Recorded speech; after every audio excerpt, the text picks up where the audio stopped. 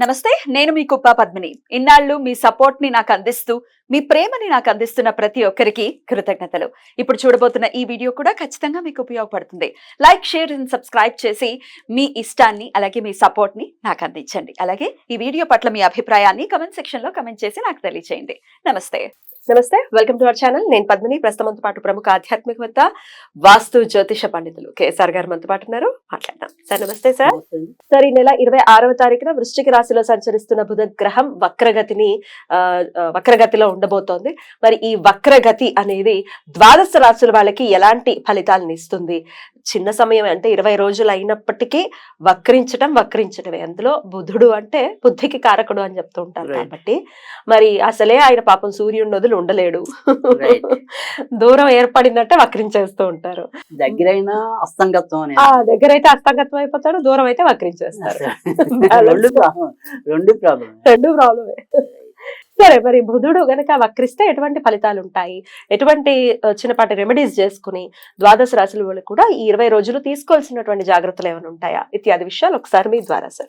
అంటే ఖచ్చితంగా మనకి ఏదైనా సరే ఇంకా కొద్ది నెలల పాటు అయితే కనుక ఎంతో కొంత ఇబ్బందులు ఉన్నాయనే చెప్తున్నాం. అంటే ప్రతి ఒక్కరు ఒకే రకమైన బాధతో పడతారా అంటే అది మనం చెప్పలేం. కానీ ఇప్పుడు ఉన్న సరే మీరు అడిగే ప్రశ్న ఏదైనా సరే, ఇప్పుడు బుధుడు వక్రం చెందటం వల్ల అంటే మనం బుద్ధితో తీసుకునే నిర్ణయాలు ఏమన్నా కూడా, అంటే ఇప్పుడు పాలకులు తీసుకోవాల్సిన బుద్ధి ఒక రకంగా ఉంటుంది. సో నేను ఉద్యోగం చేస్తున్నప్పుడు తీసుకోవాల్సిన బుద్ధి ఒక రకంగా ఉంటుంది. మీరు కుటుంబంలో మీ బాధ్యతను నిర్వహించడానికి తీసుకోవాల్సిన బుద్ధి ఒక రకంగా ఉంటుంది. సో ఈ బుద్ధి ఏదైనా కూడా మనకి ఇబ్బంది కలగకుండా, సో దానివల్ల ప్రమాదాలు జరగకుండా ఉండటం అనేది అవసరం. కానీ ఇప్పుడున్న పరిస్థితుల్లో అయితే కనుక ఈ బుద్ధి ఎంతో కొంత క్షీణిస్తుంది ప్రతి ఒక్కరికి కూడా. సో బుద్ధితో చేసే పనులన్నీ కూడా మందబుద్ధి అయిపోతాయి, బుద్ధి తక్కువ పనులు అవుతాయి. రైట్. సో అందుకని ఖచ్చితంగా ప్రమాదం అయితే ఉంది. జాగ్రత్త వహించడం అనేది ఉంది. తర్వాత రెండోది వచ్చేప్పటికి ఏమవుతుంది అంటే కనుక బుధుడు ఎవరికైతే నిజంగా జ్ఞానం ఇవ్వాలో, అంటే కుంభలగ్నం అంటే లేదా కుంభరాశి అనుకోండి, అక్కడ బుధుడు పంచమాధిపతి అవుతున్నాడు. సో ఖచ్చితంగా కుంభరాశికి ఆల్రెడీ ఇప్పటికే శని మొన్నే వక్రాన్ని నుంచి వచ్చాడు, కానీ టేల్ శని నడుస్తుంది. సో ఈ టేల్ శని నుండి కుంభరాశి వారికి మరింత బుద్ధి తక్కువ పనులు చేసే పరిస్థితి ఎక్కువ ఉంటుంది. తర్వాత రెండోది వచ్చేప్పటికి ఏంటి, ఆ రాశికి రాజ్యస్థానంలో ఉన్నాడు, 10వ ఇంట్లో ఉంటాడు కదా. సో అందుకని అక్కడ ఉద్యోగాల్లో వాటిల్లో కూడా ఇబ్బందులు, ఆకస్మికంగా తొలగించబడటాలు ఇలాంటివి కూడా జరగచ్చు. కనుక కుంభరాశి వారికి కూడా ఎక్కువ ఇబ్బంది రావటం అనేది ఉంది. తర్వాత వచ్చేప్పటికి మళ్ళీ సేమ్ వృషభ రాశి వాళ్ళకి కూడా పంచమాధిపతి ఆయనే అవుతాడు. కనుక వృషభ రాశి వాళ్ళకి కూడా ప్రాబ్లం అనేది ఉంది. ఈ రెండు రాశుల వాళ్ళకేమో ఇంకొద్దిగా ఎక్కువ ప్రాబ్లం ఉంది బుద్ధితో చేసేది. ఇంకా మిగతా రాశి వాళ్ళందరికీ కూడా ఇందాక చెప్పుకున్న ఏమంటాం జనరల్ బుద్ధితో చేసేవి ఏవైతే ఉంటాయి అవన్నీ ఇబ్బంది ఉంది. కాబట్టి ప్రతి రాశి కూడా ఎంతో కొంత జాగ్రత్త తీసుకోవటం అనేది అవసరం. తర్వాత కూడా మనం మొదటి నుంచి చెప్తూనే ఉన్నాం, వచ్చే ఏప్రిల్ దాకా ఇలా ఏవో రకమైన గ్రహస్థితి కొంత ఇబ్బందిగానే ఉంటుంది. క్రోధినామ సంవత్సరం ఇంత కష్టంగానే ఉంది చాలా. గ్రహస్థితి రీత్యా సరిగ్గా లేకపోవడం, పాపం అనేక మందికి ఉద్యోగాలు సరిగ్గా లేకపోవడం, ఏమంటామంటే స్టేబుల్ గా ఉండడం, అన్సర్టనిటీ ఉంది 100% ఉంది. ఉద్యోగాల గురించి చాలా విరివిగా కాల్స్ వస్తున్నాయి సార్. ఉద్యోగాలు లేవు. అవునండి, మనకి సకాలంలో రాలేకపోవటం. ఇటు వచ్చిన బాధ ఏమిటంటే మన దేశ పరిస్థితి అంతంత మాత్రం ఉంది. సరే మిగతా దేశాల్లో కూడా ఇప్పుడు రెసిస్టెన్స్ పెరిగిపోవటం, అక్కడ వాళ్ళ పాలసీలు మారిపోతూ ఉండటం. సో దానివల్ల కూడా మనకి అటు బయటికి వెళ్ళే దారి సరిగ్గా కనిపించటంలో, ఆల్రెడీ ఇప్పుడు వెళ్ళిన వాళ్ళు కూడా ఇంకా సరైన ఉద్యోగాలు లేకంటే పార్ట్ టైం ముందు కొంత చదువుకుని పార్ట్ టైం ఉద్యోగాలు చేస్తామనే లక్ష్యంతోనే ఎక్కువ మంది వెళ్తున్నారు నాకు తెలిసినంత వరకు. కానీ అటు వాళ్ళు సక్సెస్ కావట్లా, ఇక్కడ మనము ఇలాంటి ఇబ్బందుల్లో ఉన్నాం. వీటన్నింటికి ఏంటంటే ఇప్పుడు ప్రస్తుతం ఉన్న గ్రహస్థితి అంతా కూడా కారణం అవుతుంది. అందుకని ఎలా చూసినా కూడా ఇక్కడ మంచి జరగటం అనేది అయితే తప్పనిసరి కావాలి. అది పలానా ఈ రాశ ఆ రాశ అనే కాదు, ప్రతి ఒక్కళ్ళు చేయవలసింది ఏంటి అంటే కనుక ఈ ఆకుకూరలు కొద్దిగా తగ్గించి తినాలి. ఈ 2-3 తగ్గించాలా? అంటే ఇంకా మనం చెడులో ఉన్న బుధుడికి పవర్ పెంచినట్టు ఆకుకూరలు తింటే. సో అందుకని ఆకుకూరలు తగ్గించి తినాలి. కానీ ఎవరు తినొచ్చు అంటే కనుక కేవలం కుంభరాశి వృషభ రాశి వాళ్ళు మాత్రమే తినాలి. వాళ్ళు తినొచ్చు.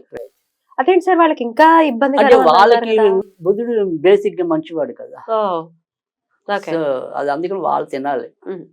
సో అందుకని వాళ్ళు మటుకు తినొచ్చు అంతవరకే.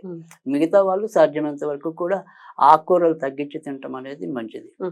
ఇంకా ఎవరికైతే పావురాలు వస్తాయో వాళ్ళు ఈ పెసలు ఈ పావురాలకి వేస్తూ ఉన్నా కూడా మనం బుధుడి యొక్క ఇంపాక్ట్ ని తగ్గించుకోవడానికి ఉంటుంది. ఎవరికి రావట్లేదు, అందరికీ వచ్చేస్తున్నాయి, అందుకే తెరలు కట్టేస్తున్నారు. అంటే మనకి వస్తాయి, మరి మిగతా వాళ్ళకి కొంత ప్రాంతాల్లో ఉండే వాళ్ళకి. అవునవును, హైదరాబాద్ లో అయితే చాలా ఎక్కువ. అక్కడ పడితే అక్కడ ఉంటాయి, ఆ బాధ లేదు.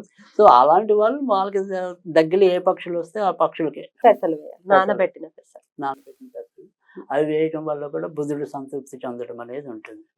ఇక బాగా అందరికీ కామన్ గా అంటే నేను ఒకవేళ ఇన్ కేస్ వేరే మతాల వాళ్ళ కోసం ఈ పనికి వస్తాయి, అంటే మనం ఏమి దేవుడితో సంబంధం లేకుండా మనం చెప్పాము.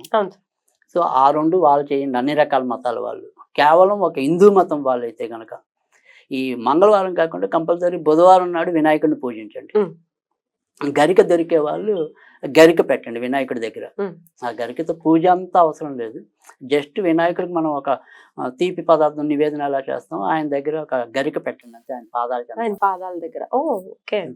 అంతకంటే ఏమి చేయక్కల ఈ 20 రోజులు ఈ 20 రోజులు కూడా.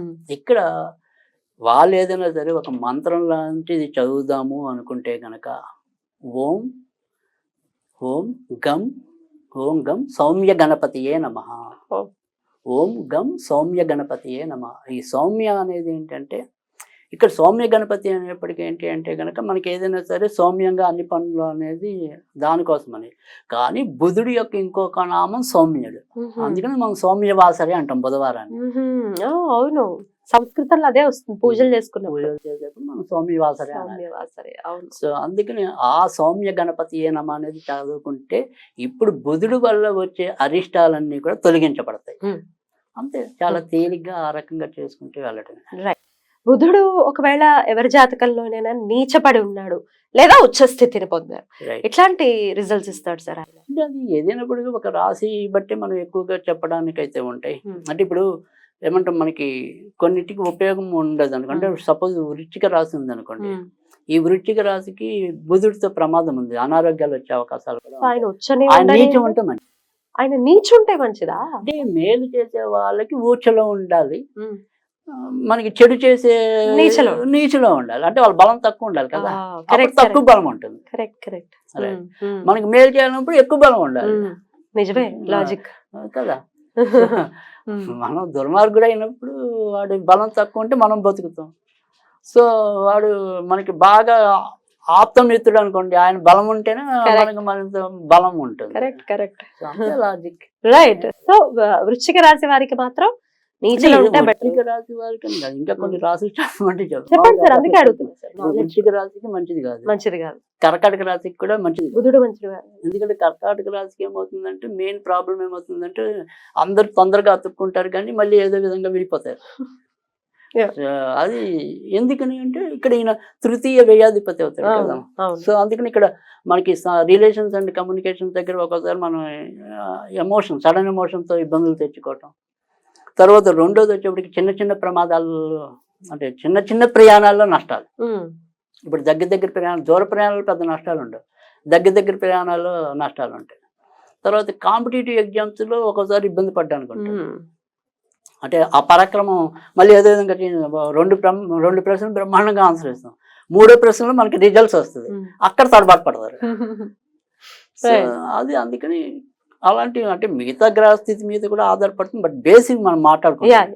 అంటే ఇప్పుడు నేను ఎందుకంటే బేసిక్ అనకపోతే ఈయన ఎక్కడ జ్యోతిషం తప్పు చెప్తున్నాడు, నాకు బుధుడు బ్రహ్మాండంగా ఉన్నాడు తృతీయ అది అంటే అది కొన్ని మిగతా నేను చూడాల్సి వస్తుంది. శుభగ్రహ దృష్టి ఉంది రకరకాల. బట్ మనం ఇప్పుడు మాట్లాడుకుంటుంది కేవలం జనరల్ అనుకో అంతవరకు. సో అలా కర్కాటక రాశికి కూడా సాధారణంగా బుధుడు మంచి పరిస్థితి చేసేది ఉండదు. తర్వాత బాగా ఇబ్బంది పెట్టేది మేష రాశిని కూడా. మేషరాశిని కుజుడితో పడని ఖచ్చితంగా, ఎందుకంటే 6వ ఇంటి వాడు అవుతాడు జనరల్ గా. 6వ ఇంటి వాడు అవుతాడు కాబట్టి రోగాలు బుధుడికి సంబంధించి వస్తాయి, చర్మానికి సంబంధించినవి కానీ మెదడుకి సంబంధించినవి కానీ. తర్వాత తొందరగా మతిమరుపు రావటం కానీ ఈ కారణం కాబట్టి బోళ్ళంత జాగ్రత్తగా బుద్ధివంతమైనటువంటి పనులు చేయాలి మనం. Right. రైట్ సార్, చాలా బ్యూటిఫుల్ గా ఎక్స్ప్లెయిన్ చేశారు. కృతజ్ఞతలు సార్. నమస్తే.